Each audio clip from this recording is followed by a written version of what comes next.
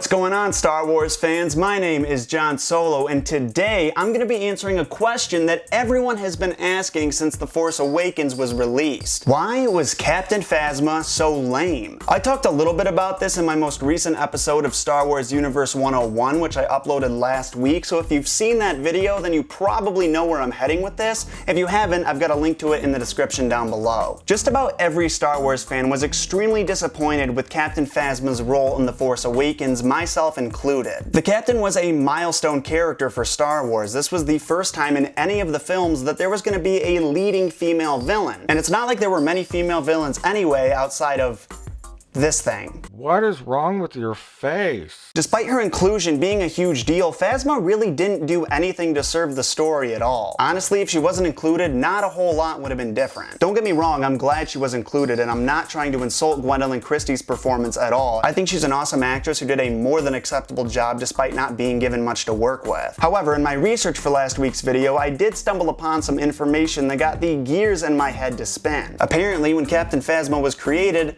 she was originally going to be a man.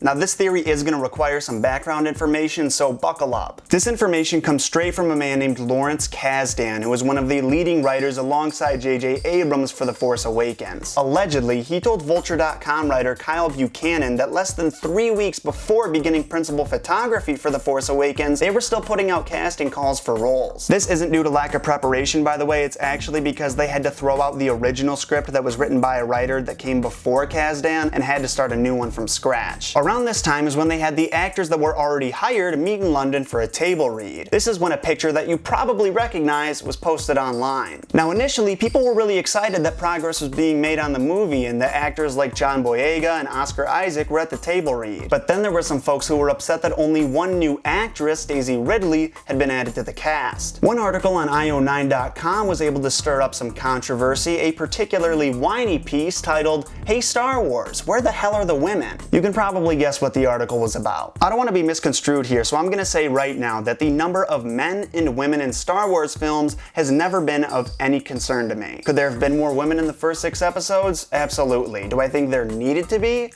No. Not unless it would have made the plot more enjoyable in some way. They could have made the entire cast women or men, and it wouldn't have taken away from my enjoyment of the movie at all as long as it made sense within the story. Outside of that, I'm totally neutral. That being said, the aforementioned article, despite having a good point, was just kind of whiny and bitchy. Regardless, the point was made, and Abrams and Kasdan started brainstorming when the idea of switching up Captain Phasma's gender came up. Kasdan was quoted saying, "When the idea came up to make Phasma female, it was instantaneous. Everyone just said, yes, that's great." Now keep in mind that just 3 weeks before principal photography was starting, major script changes were done being made. Luckily, Captain Phasma's gender played no part within her storyline, as is the case with the rest of the characters. So Phasma was made female, Gwendoline Christy was cast, and the rest is history, pretty much. Here is where my theory starts. I believe that from the character's conception, there was never any intention to make Captain Phasma play a huge role in the story's events. She was supposed to look cool, give off the essence of badass, but pretty much be another Boba Fett, not some revolutionary character. Despite this though, that's exactly what Phasma ended up being, and it makes sense. Phasma was the first leading female villain in any Star Wars film, and as a result, an incredible amount of hype was built up for her. However, because the writers didn't change anything about Phasma's role to match the amount of hype she was receiving, she ended up being a massive letdown to everybody. So to reiterate, because I don't know if I made my point clear, Phasma is lame because she was only ever intended to be a minor character like General Hux. However, because we, the audience, built her up as some significant character because she is within our own universe, we were disappointed with her role in the movie. And that's probably why they made her survive the explosion of Starkiller Base. The president of Lucasfilm has come out and said that not only will Captain Phasma be returning in episode